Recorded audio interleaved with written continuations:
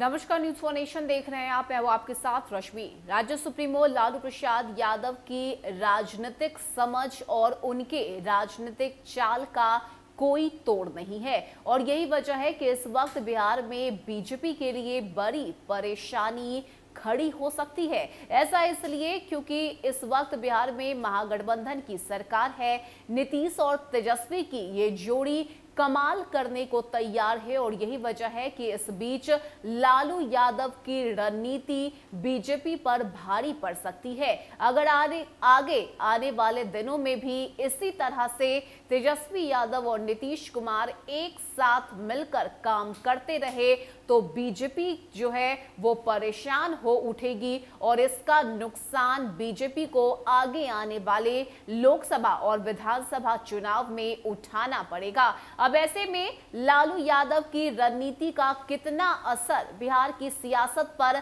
आगे आने वाले दिनों में देखने को मिलेगा, साथ ही साथ तेजस्वी और नीतीश की ये जोड़ी आगे क्या करेगी, बीजेपी के लिए क्या मुश्किलें सामने आएगी, इसकी पूरी जानकारी देखिए हमारे इस स्पेशल रिपोर्ट में। बता दें कि नीतीश कुमार के एनडीए से अलग हो जाने के बाद बिहार में भाजपा अकेले पड़ गई है, जबकि दूसरी ओर 7 दलों का गठबंधन है। सत्ता की हनक है और वोट बैंक है। अगर इस गठबंधन में कोई दरार नहीं आई और सहज तरीके से दोस्ती चलती रही तो बीजेपी के लिए आगे का रास्ता आसान नहीं होगा।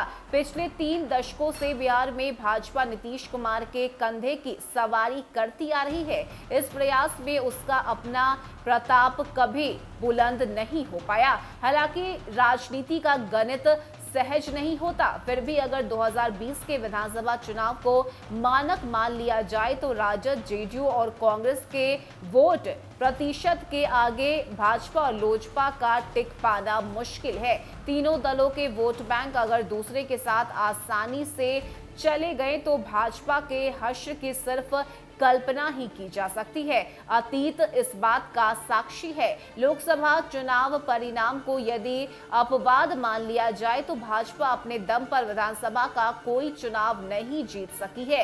यहां तक कि साल 2015 में लालू यादव और नीतीश कुमार की जोड़ी के आगे बीजेपी पूरी तरह से पस्त नजर आई थी, जबकि उस वक्त 3 क्षेत्रीय दलों से भाजपा का गठबंधन था। लेकिन प्रचंड प्रचार प्रसार अभियान के बावजूद विधानसभा की कुल 243 सीटों में से मात्र 58 पर ही सफलता हासिल हो सकी। वहीं साल 2017 में गठबंधन बदलकर फिर से भाजपा के साथ नीतीश कुमार के आ जाने से तस्वीर पलट गई। साल 2019 के लोकसभा चुनाव में एनडीए को बिहार की कुल 40 सीटों में से 39 सीट पर जीत मिली।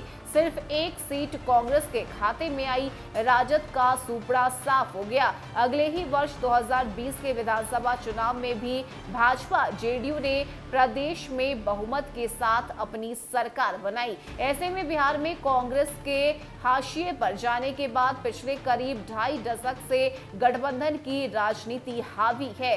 3 प्रमुख दल हैं, भाजपा, जेडीयू और राजद। तीनों मजबूत हैं पर उनके अपने में असंपूर्ण एक भी नहीं। ऐसे में सत्ता के लिए तीनों को किसी दूसरे पर निर्भर करना पड़ता है। कांग्रेस की हैसियत चौथे दल के रूप में आती है। यह ना तो किसी को बनाने की स्थिति में है और ना ही बिगाड़ने की स्थिति में। लेकिन जब भाजपा और जेडीयू का गठबंधन रहता है तो राजद को संतुलन करने में मददगार कांग्रेस पार्टी जरूर साबित होती है। ऐसे में एनडीए के लिए लोक जनशक्ति पार्टी की भी जो भूमिका है वो महत्वपूर्ण हो सकती है। लेकिन वहीं दूसरी तरफ अगर हम बात करें तो अगर जेडीयू और आरजेडी आगे भी इसी तरह से काम करता रहा, एक साथ रहा, तो बीजेपी के लिए बड़ी परेशानी का सबब बन जाएगा और इसका हश्र बीजेपी को आगे आने वाले लोकसभा चुनाव और इसके बाद विधानसभा चुनाव में